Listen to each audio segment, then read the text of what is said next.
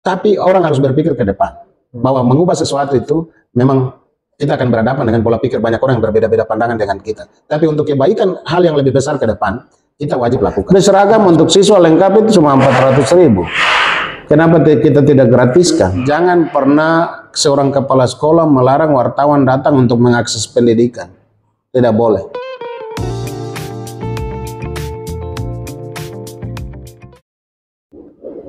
Teman Ibarat Tanempar, kita bertemu lagi dalam sesi dialog kali ini. Dan dalam dialog kali ini kami akan bersama mendengar berbagai macam pemikiran-pemikiran yang konstruktif untuk perkembangan pendidikan di Kabupaten Kepulauan Tanimbar.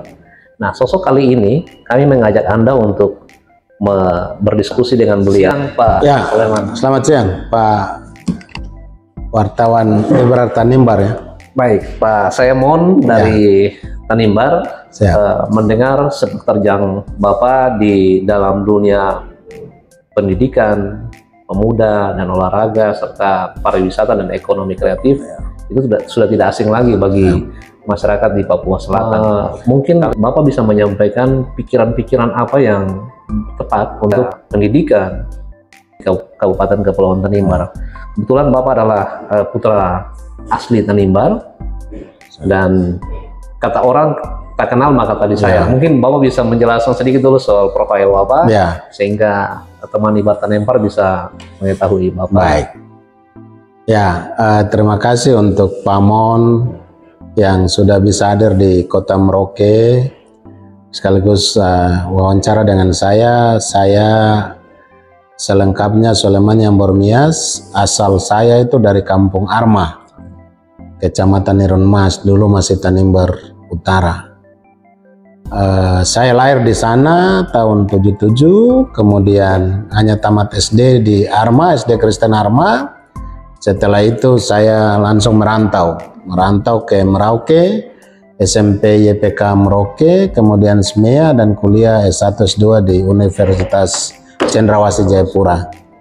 Lalu pengangkatan pertama itu saya sebagai guru olahraga, kemudian diangkat sebagai Kepala SMA YPK Merauke, SMA Negeri 1 Merauke, dan puji Tuhan hari ini saya duduk sebagai Kepala Dinas Pemuda Olahraga Pariwisata dan Ekonomi Kreatif Provinsi Papua Selatan.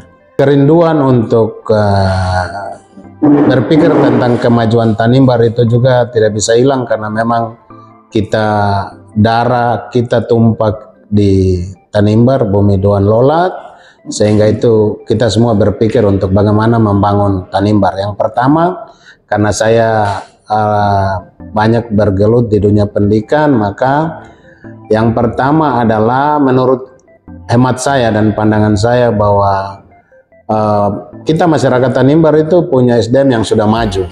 Sumber daya manusia kita hebat. Yang harus kita benahi adalah manajemen pendidikan di sana. Mulai dari dinasnya sampai dengan sekolah-sekolah. Bagaimana memanage secara baik dari sisi sarana prasarana, proses belajar mengajar, keuangannya, semua harus diatur secara baik sehingga pelaksanaan proses belajar mengajar di Tanimbar itu berjalan dengan baik. Berikut adalah harus bisa kita petakan potensi-potensi pengembangan pendidikan di Tanimbar. Misalnya begini, jangan kita selalu berpatokan dengan pendekatan pelayanan. Saya bayangkan kalau seseorang dia lahir di Arma, lalu dia besar di situ, dia tamat TK, SD, SMP, SMA di Arma. Bagaimana kemajuan pola pikirnya?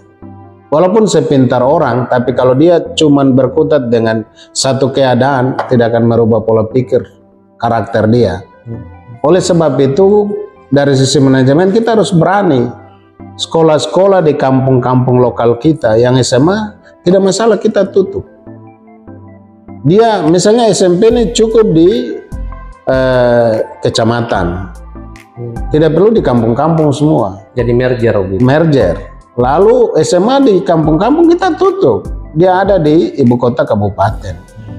Apa tujuan kita? Membuka wawasan orang untuk dari kampung dia menuju kota dan dia berpikir dari sisi IT dan lain-lain.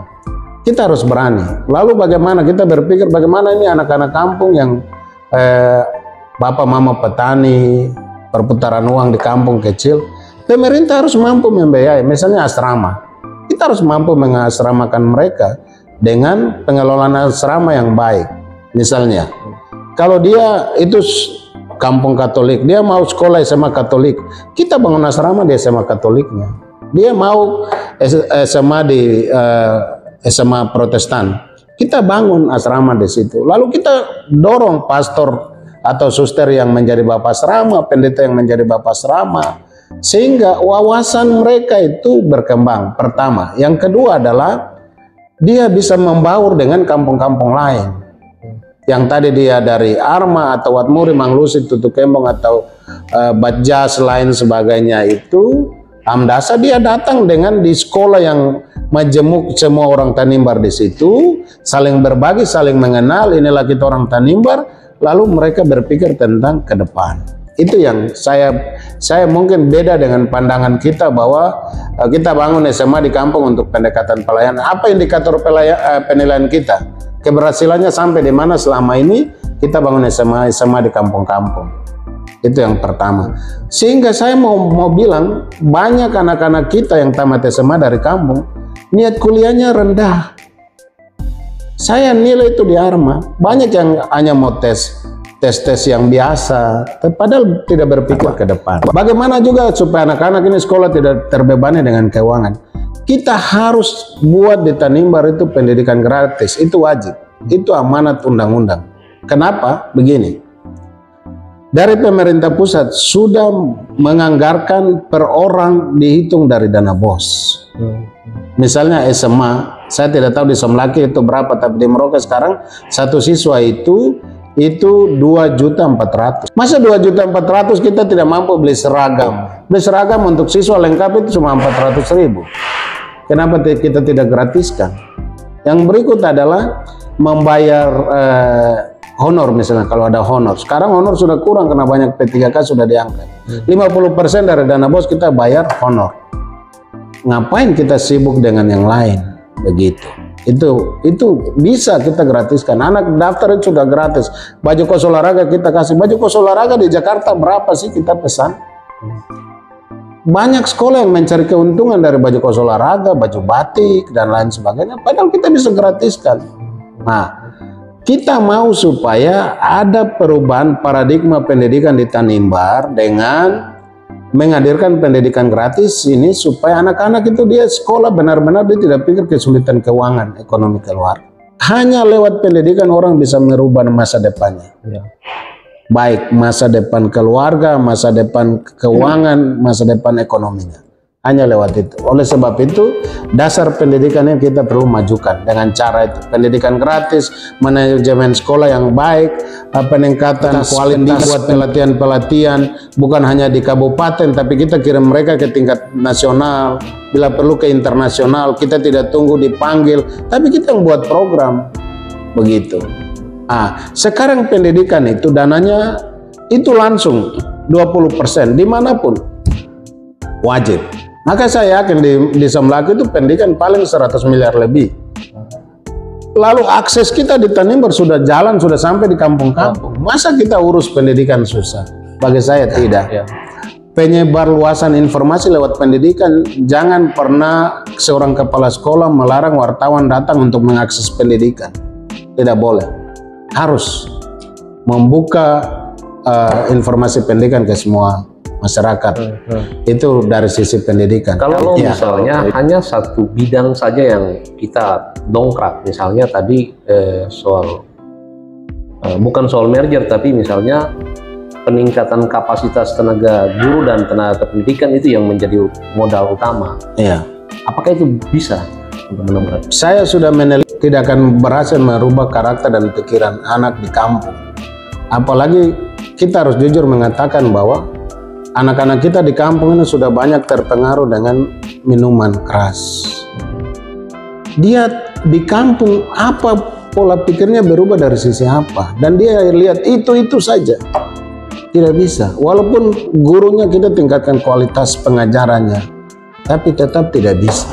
Dari sisi IT-nya, Coba kita bandingkan mereka yang SMA di Somlaki dengan SMA di kampung. Sekali-sekali kita coba membandingkan. Dengan cara apa? Kita coba pertukaran pelajar. Sekali-sekali lah guru-guru dari Somlaki pergi mengajar 1 minggu di kampung. Balik yang dari kampung datang mengajar. Kita bisa menilai. Lalu anak dari kampung, SMA di kampung, kita kasih datang sekolah 1 minggu di Somlaki. Yang dari Somlaki sambil lihat bagaimana perkembangan mereka, akan kita temui hasilnya. Begitu. Setiap kali ada kebijakan sudah pasti ada implikasi pada penolakan maupun penerimaan. Ya. Jika memang program ini diterapkan, bagaimana dengan sikap masyarakat kalau menolak? Ya. Karena ini baru pertama nih kalau mau dilakukan merger. Benar. Jadi begini, membuat sesuatu hal yang besar itu tantangannya juga besar.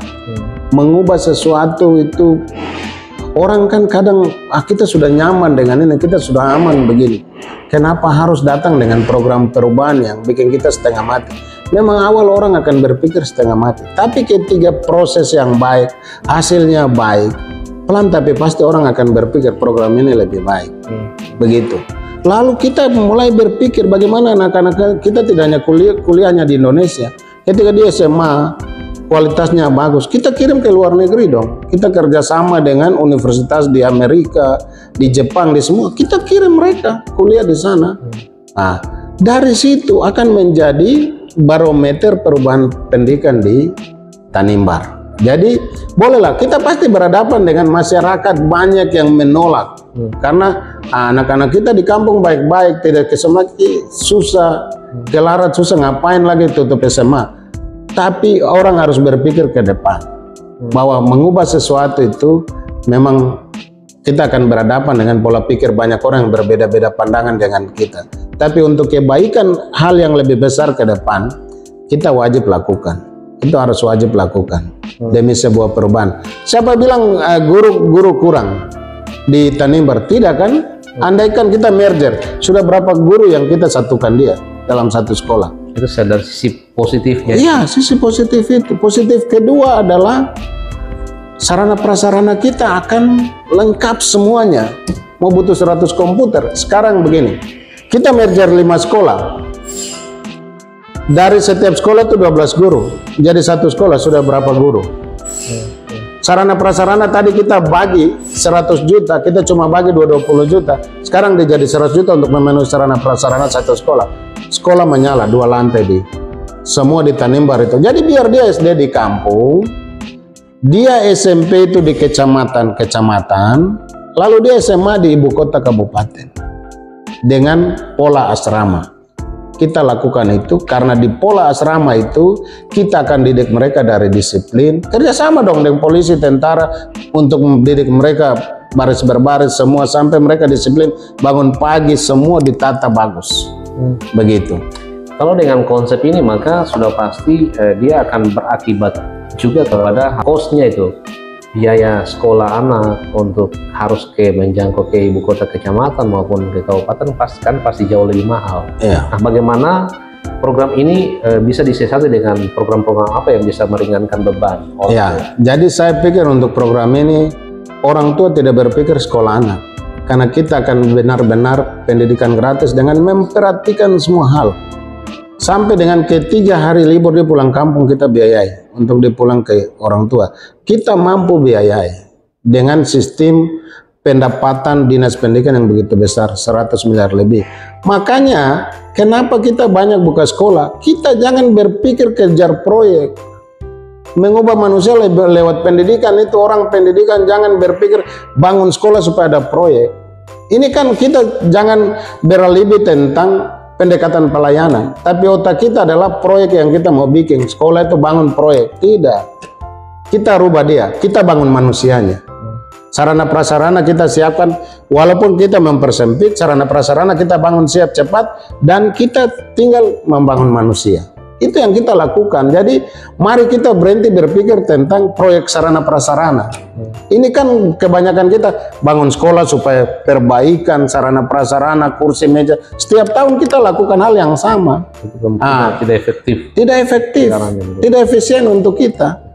Maka kita lakukan Bayangkan kalau SMA 1 di Somlaki, kita bangun dia mewah, 2 lantai, dengan semua sarana prasarana yang lengkap, ruang kepala sekolah yang mewah, wakil-wakil kepala sekolah punya ruangan sendiri sehingga dihargai, dengan ruang guru yang hebat, semua guru-guru laptop semua kita bagi, siswa-siswa kita laptop, kemudian kita bagi HP Android supaya mereka belajar dengan HP Android, semua kita lakukan.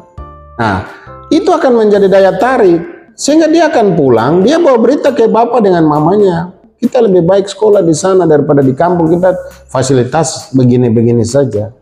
Kembali lagi ke soal kewenangan. Ya. Semuanya ini kan sesuai dengan regulasi. Ya. Apakah memang pada saat merger kewenangan pemerintah kabupaten untuk melakukan perampingan ya, sekolah-sekolah tingkat SD, SMP itu SMA. Wajar. Lalu tingkat SMA dan SMK gimana? Ini karena soal jadi kewenangan SMA SMK sekarang ada di provinsi. Beda dengan di Papua. Papua suka kembali ke kabupaten kota. Nah, tapi kita bisa kerjasama dengan provinsi. Kita wajib mampu memaparkan sistem kerja kita di kabupaten. Begitu. Kalau saya jadi kepala dinas, misalnya Tuhan izinkan saya akan kembalikan. Bisa kita minta dengan peraturan khusus, peraturan pemerintah, kembalikan SMA SMK di kabupaten untuk kita kelola, supaya kita punya perhatian benar-benar, misalnya bisa. Tapi kalau tidak, mari kita bicara pembagian kewenangan, begitu. Dengan provinsi pusat kita duduk, walaupun peraturan pemerintah atau undang-undang tentang pengelolaan kewenangan SMA SMK di tingkat provinsi, tapi kita di daerah bisa mengatur supaya kita juga ada kewenangan untuk pengelolaan. Mungkin kita dari sisi kepegawaian boleh mereka lah, tapi sisi manajemen pengelolaan pendidikan SMA SMK kita dong boleh kita minta supaya kita dorong SMA SMK kita itu. Karena begini, misalnya SMK kesehatan di Somlaki kita harus hidupkan, yang kejuruan-kejuruan yang tamat itu sudah siap pakai dengan cara sarana prasarananya bagus. Seingat saya dulu saya masih SD itu ada satu, mereka bilang STM Langgur. Nah, itu sekolah kejuruan yang hebat kan, orang barat mengajar di situ. Mereka tamat saja sudah bisa mebel. Mereka tamat saja sudah bisa buka bengkel, tidak perlu sampai kuliah. Karena memang didikannya asrama, pola asrama, dan memang guru-guru yang hebat. Ya tiap tahun kita kirim guru dong. Kalau guru ini di SMK bidang pariwisata, bagaimana supaya pariwisata kita berkembang? Kirim dong gurunya supaya dia belajar, dia balik harus terapkan. Tidak terapkan ya kita kasih istirahat. Jadi harus ada paradigma perubahan dari manajemen pendidikan ini untuk peningkatan sarana prasarana. Itu cukup 10% saja. Yang utama adalah peningkatan sumber daya manusia. Manusianya yang kita urus, jangan kita urus barang saja. Bagaimana manusia kita tidak urus baik, jadi bisa saja orang Tanimbar, anak-anak kita banyak nakal karena sistem pendidikan kita kurang bagus. Itu yang kita mau rubah di situ. Untuk mencapai strategi terlaksananya strategi itu, maka sudah pasti proses pemberlakuannya tidak bisa dengan satu kaligus. Ya, benar. Ini step by step. Benar.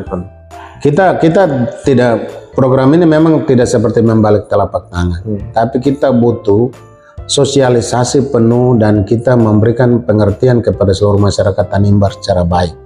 Bila perlu kita turun ke desa-desa, pertemuan dengan masyarakat di kampung-kampung, di desa-desa supaya kita berikan pengertian kepada mereka. Salah satu wujudnya adalah harus pemberian kewenangan yang besar kepada dinas pendidikan oleh bupati. Begitu. Misalnya begini, mengangkat seorang kepala sekolah, saya mohon supaya jangan ada tendensi politik di dalam. Tidak ada intervensi. Ya, jangan ada intervensi. Oh, ini karena dia tim sukses. Ini karena dia dekat dengan bupati. Kalau kita mau kualitas pendidikan kita mau maju, benar-benar pemimpin yang berkualitas di sekolah itu, yang terbuka, manajemennya bagus, pengelolaannya bagus, itu yang kita mau buat. Jadi kalau sudah ada intervensi kepentingan guru, kepala sekolah dibawa ke kepentingan politik, kita tidak akan pernah berubah, begitu. Nah, itu yang kita harus hentikan supaya kualitas pendidikan kita tuh jadi bagus. Jangan kita bilang anak sekolah dari jam 1 sampai jam 2 pulang dia tidak bisa apa-apa. Kenapa sih kasih pulang anak jam 12 kita rasa rugi? Tidak.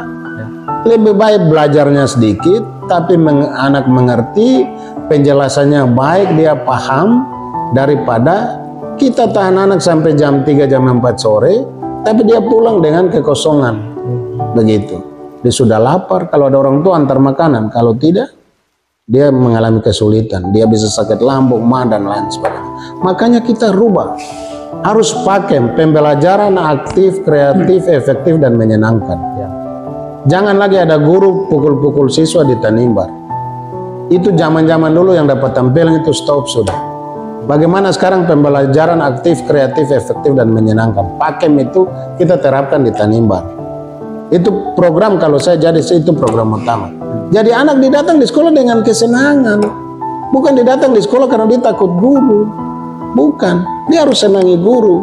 Guru yang memberikan pelajaran, dia senang, dia masuk, dia gembira. Bukan, aduh saya tidak hadir dan saya dapat pukul, itu stop. Semua guru tiap 3 bulan kita evaluasi. Kita evaluasi. Begitu. Kepala sekolah juga kita evaluasi, kumpul. Jangan kita punya prinsip, nanti semua kepala sekolah dilantik 1 kali. Tidak. Bila perlu bupati kasih kewenangan melantik kepala sekolah oleh kepala dinas pendidikan. Sehingga ketika 1 kepala sekolah tidak beres, besok kita lantik ganti. Tidak perlu harus tunggu bupati. Itu bisa kita lakukan. Begitu. Jadi kita butuh manajemen keterbukaan dalam segala hal untuk sebuah perubahan. Yang tadi memang kita akan berhadapan dengan orang-orang yang sudah rasa nyaman, aman dengan gaya mereka.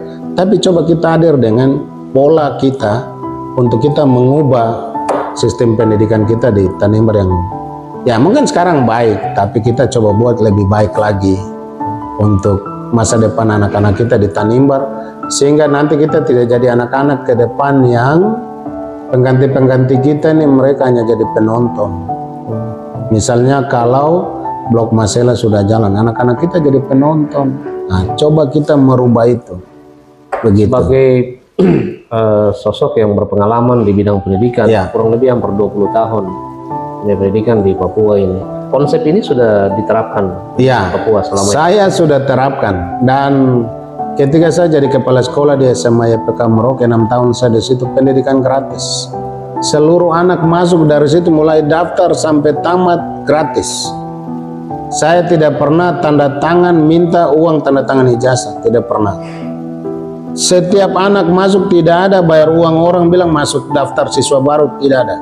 Semua gratis. Uang iuran bulanan pun saya kasih gratis. Sehingga dulu saya punya siswa tahun 2016 saya diangkat jadi kepala sekolah 4 Januari 2016 di SMA YPK. Itu siswa saya 132. 2017 sudah 300 lebih. Saya tinggalkan SMA YPK 2022 menuju SMA 1, itu siswa sudah 600 lebih. Itu indikator keberhasilan dari seorang pemimpin. Orang mulai mempercayakan bahwa anaknya ke sekolah itu. Begitu. Itu saya lakukan. Ketika saya masuk di SMA 1 dengan anak-anak punya uang komite 150-200 ribu, saya jadi kaget. Siswa 1.200 lebih. Saya rapat dan saya kasih turun. Begitu, kasih turun. Tapi karena memang sarana prasarana di SMA 1 yang saya harus rubah besar, sampai harus saya nekat utang untuk komputer yang berkualitas saya lakukan. Dan itu jalan. Begitu. Dan Tuhan izinkan saya untuk sekarang bagaimana. Saya punya kerinduan jadi kepala dinas pendidikan, tapi Tuhan bilang mungkin kau lebih cocok di sana. Karena memang saya dulu dari guru olahraga. Lalu dari sisi pemuda, saya ini lahir dan besar dari GMKI. Saya sudah 4 kali jadi ketua pemuda di gereja yang berbeda. Begitu. Kepemudaan semua organisasi pemuda saya sudah lalui. Jadi ketika Tuhan izinkan saya, mungkin aku lebih cocok di Kadis Pemuda Olahraga, Pariwisata, dan Ekonomi Kreatif. Peningkatan pendidikan ini memang kita harus rubah untuk mereka berpikir tentang menjadi pemimpin. Ke depan, tidak boleh anak Tanimbar tamat dia berpikir sekedar sekejap di situ. Misalnya begini, mungkin nasib saya akan jadi tentara cuman tamtama, 1 merah. Tapi saya tidak boleh pensiun dengan pangkat itu. Saya berpikir ke depan, saya pensiun dengan kapten atau letkol, saya harus lakukan. Karena kita dorong. Karena begini, orang Tanimbar itu hebat semua. Dulu ketong kecil, kita punya orang-orang tua itu mau pergi di kebun itu pakai layar. Ini sekarang kan ketong harus pakai motor dan mobil. Dulu orang-orang tua kita ke kebun itu dengan layar saja. Perahu, dayung, panggayo, angin kencang, ombak pica dong lewat saja. Dong sudah bisa hitung. Saya bisa lewat ombak ini dan saya akan tiba di kebun dengan baik. Nah, itu menggugah kita untuk orang Tanimbar ini pemberani untuk maju jadi orang sukses. Jadi kita tidak ragu. Saya percaya semua orang Tanimbar itu hebat-hebat. Cuman keterbukaan keberpihakan pemerintah untuk membuat mereka lebih hebat itu yang kita harus lakukan. Begitu. Itu sistem pendidikan. Baik. Terima kasih Pak Soleman. Kita sudah Bapak sudah meluangkan waktu untuk berbincang-bincang, memberikan berbagai kiat-kiat untuk pengembangan pendidikan di Kepulauan Tanimbar. Kita berharap semoga niat baik ini Tuhan kabulkan dan ke depan bisa akan terwujud di Kepulauan Tanimbar. Terima kasih.